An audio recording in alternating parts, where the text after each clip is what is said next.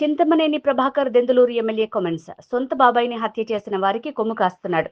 తల్లిని చెల్లిని బయట గెంటేసి సమాజానికి ఏం సందేశం ఇచ్చారో రాష్ట్ర ప్రజలందరికీ తెలుసు.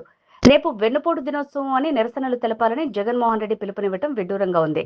2019 నుంచి 2024 వరకు రాష్ట్రానికి వెన్నుపోటు పొడిచి రాజధాని లేకుండా, నిరుద్యోగులకు ఉద్యోగాలు లేకుండా చేసినందుకు నిర్వహించాలి.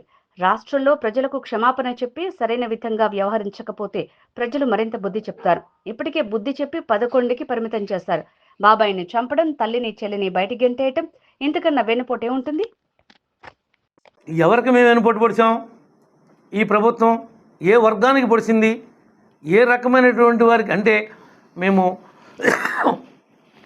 సుమారుగా 16,000 నుండి 17,000 మందికి డిఎస్సి పెట్టి రేపొద్దున ఎగ్జామ్ నిర్వహించి వాళ్ళకి పోస్టింగ్లు ఇవ్వటం, నిరుద్యోగ యువతులకి వెన్నుపోటు మేము పొడిచామా? లేదు. ఎస్సీ కార్పొరేషన్ని రద్దు చేసి వాళ్ళకి ఎస్సీలకి మేము వెన్నుపోటు పొడిచామా? బీసీలకి ఒక్క లోను కూడా ఇవ్వకుండా రద్దు చేసి మేము వెన్నుపోటు బీసీలకి పొడిచామా? ఎవరైతే అవుట్సోర్సింగ్ ఎంప్లాయీస్ ఉన్నారో వాళ్ళందరికీ ఇచ్చినటువంటి హామీని నెరవేర్చుకోకుండా మేము వెన్నుపోటు పొడిచామా?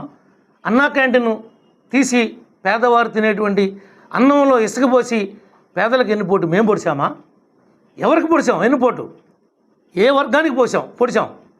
ఈ రోజున నువ్వు 5 లక్షలు పెట్టి ఇల్లు ఇస్తానన్నావు, ఒక్కడ కట్ల పేదవారికి నువ్వు ప్రమాణ స్వీకారం చేస్తున్నప్పుడు నన్ను ఇంత స్థాయిలో నువ్వు తీసుకొచ్చారు, నేను తినేటువంటి రైసు పేదవాడికి పోస్తా, జన్మలకి వాళ్ళ రుణాన్ని తీర్చుకోలేను, నేను ఈ రకమైన సాయం చేస్తానని చెప్పావు. ఒక్క సోలుడన్నా పోసావా? ఒక్క గిద్దుడు ఒక్క పేదవాడికి నీ కార్యకర్తకు పోసావా? ఎవరికి నువ్వు మేలు చేసావు? నువ్వు మాఫియాని తయారు చేసావు.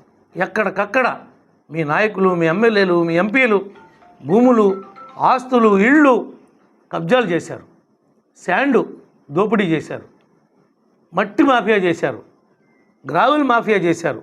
వేరే పార్టీ వాళ్ళని బయటకు వస్తే రోడ్డు మీద తిరక్కోకుండా భయభ్రాంతులకు గురి చేశారు. రోజు పొద్దున్న ఏదైనా కార్యక్రమం ఉందంటే పొద్దున్నే తెల్లారక ముందే మేము లేచేపాటికే మా ఇళ్ళకాడ పోలీసులను కాపలా పెట్టాం. నువ్వా ఈరోజు వెన్నుపోటు దినోత్సవం చేసేది?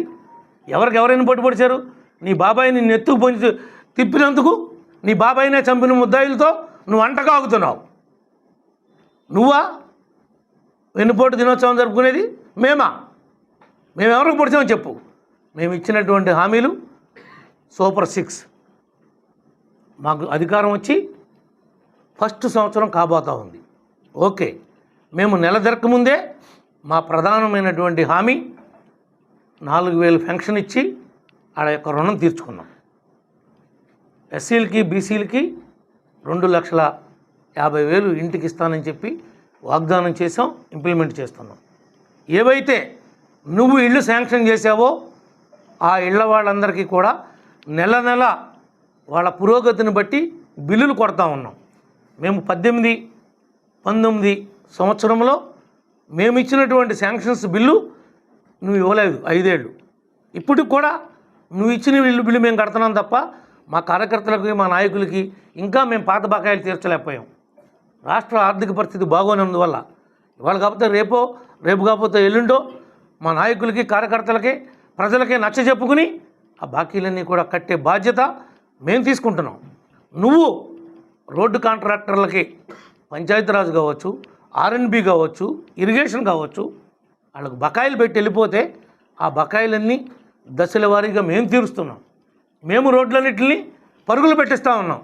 మేము బిల్లులు కట్టాం కాబట్టే వాళ్ళు పనులు చేస్తున్నారు. అవన్నీ మా భారాలన్నీ కూడా మా నెత్తి మీద పెట్టి వెళ్ళిపోయావు. నువ్వు పట్టించుకోలేదు. నీ సొంత ఆస్తులు పెంచుకోవడానికి, నీ యొక్క ఆదాయాన్ని పెంచుకోవడానికి ఒక క్వార్టరీని తయారు చేసి రాష్ట్రాన్ని డ్రగ్ ఆంధ్రప్రదేశ్గా తయారు చేసావు, గంజాయి ఆంధ్రప్రదేశ్గా తయారు చేసావు.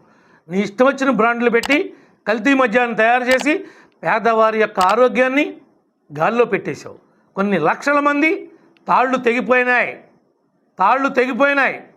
మీ అందరికీ కూడా తెలుసు, మీడియా వారందరికి కూడా ఎంతమంది చనిపోయారో, ఎంతమంది కేవలం నువ్వు పోసినటువంటి స్పిరిట్ తాగి ఆరోగ్యం పాడైపోయినాయో. ఈనాడు మద్యం 100 రూపాయలకే వస్తుందంటే ఆ రోజు 220 ఏంటి, ఈరోజు ఈ ప్రభుత్వం వచ్చిన తర్వాత 100 ఏంటి? అంటే మేము మద్యాన్ని ప్రోత్సహిస్తున్నామని కాదు మేము చెప్పేది. కానీ 220 పేదవాడి సంపాదన అంతా కూడా బ్రాందీ షాప్ కాడే పోయింది ఆ రోజున. వీటన్నిటికీ సమాధానం నువ్వు చెప్పాలి. నువ్వు పేదవాళ్ళు తాళ్ళు దింపింది నువ్వు, పేదవాళ్ళ యొక్క ఆరోగ్యాన్ని పాడు చేసింది నువ్వు, పేదవారిని నడి రోడ్డు మీద గొడ్లోడ తీసింది నువ్వు. కూటమిని విమర్శించేటువంటి హక్కు నీకు లేదు, రాదు అని చెప్పి ఈ సందర్భంగా మేము తెలియజేస్తా ఉన్నాం.